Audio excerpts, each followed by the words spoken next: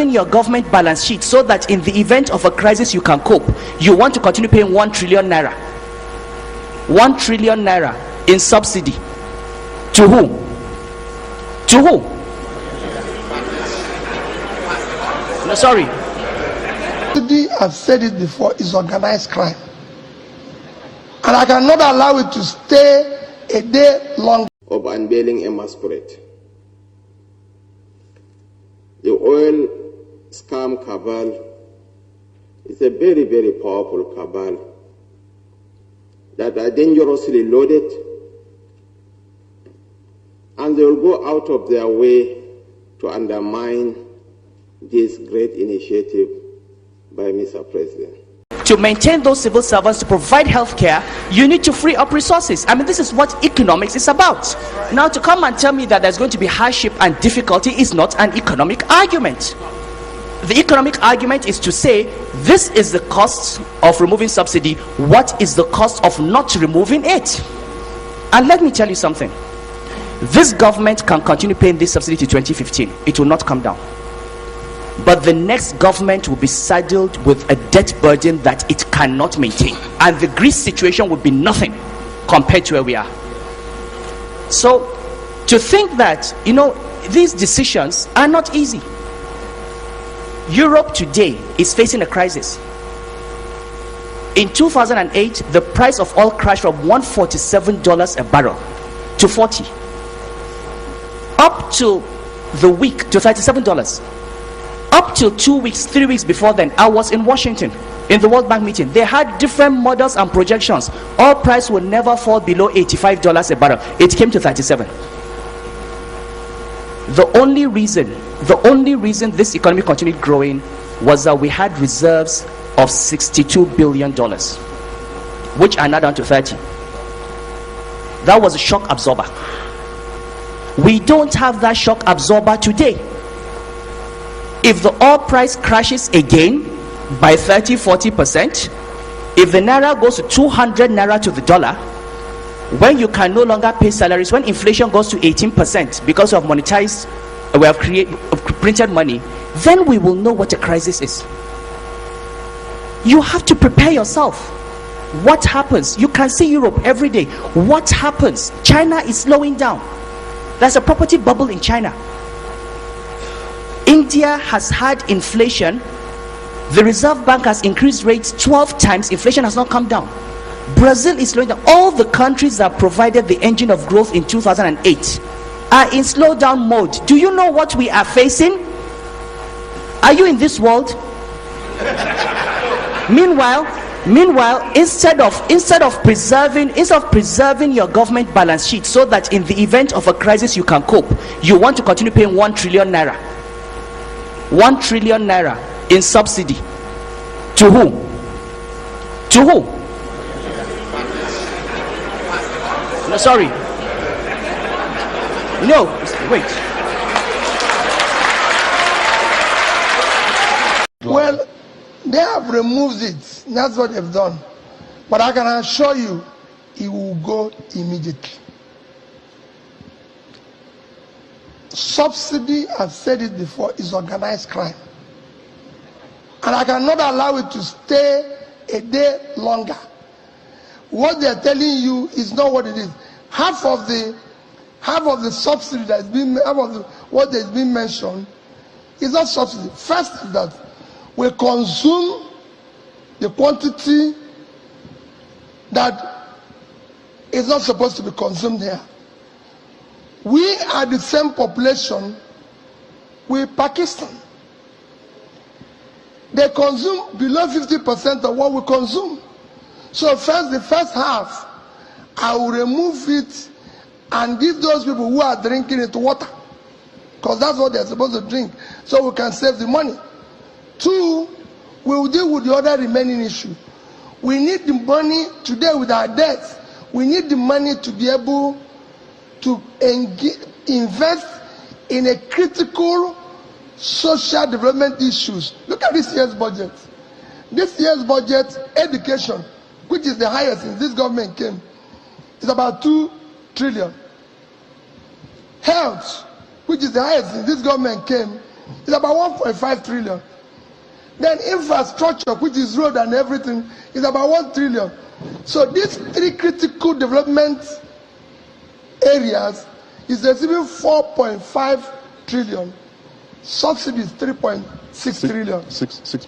No, half year. Like okay. Half year, 3.6. So if it's full year, it's about 7 trillion.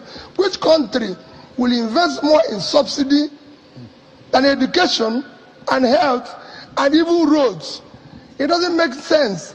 This is the annual budget of education is 2 trillion. Annual budget of health is 1.5. Road infrastructure 1, and subsidy half year is 3.6. It will go immediately. Of unveiling a masquerade. The oil scam cabal is a very, very powerful cabal that are dangerously loaded,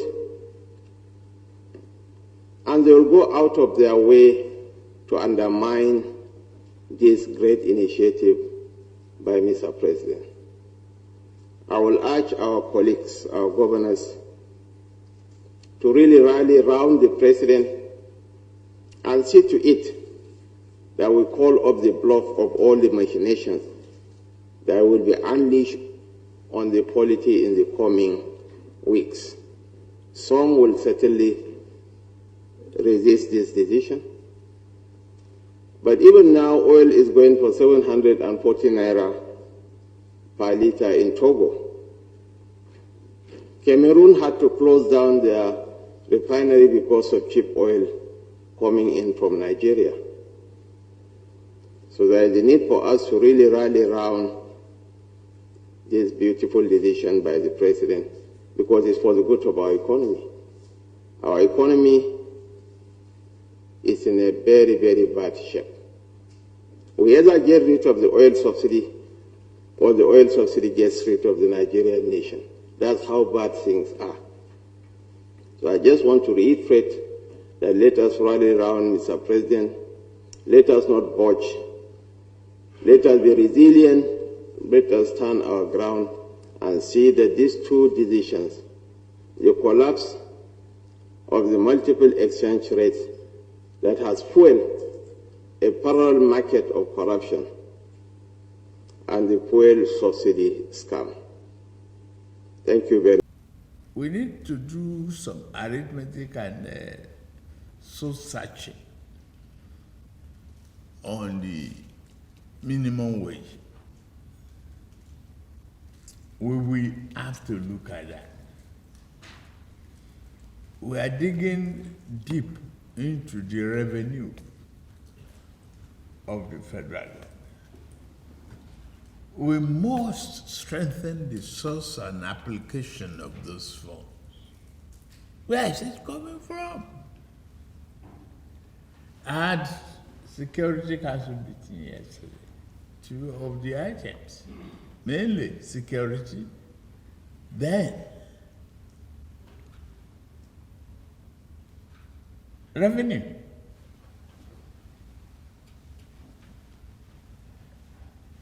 We had our discussions, and I want you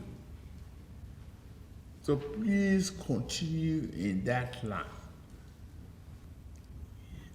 If we think together and work together, Nigeria of our dream is not far away.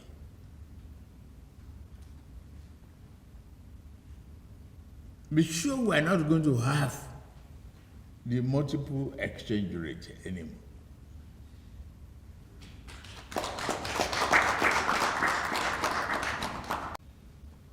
But we have to push on, we have to make the decision that affects all of us. Are you, as progressive thinkers, philosophers, under the umbrella of our party, has a very serious role to play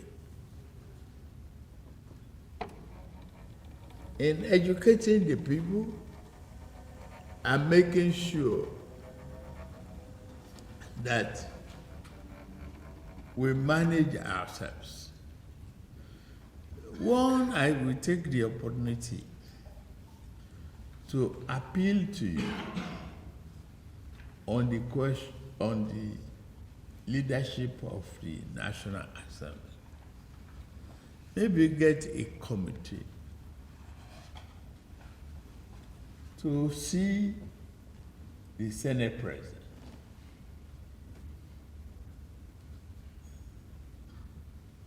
So that if there are areas, of conflict or inadequacies, from there, collaborative leadership can straighten it out, can negotiate, and make a deal, and get the stability that is required.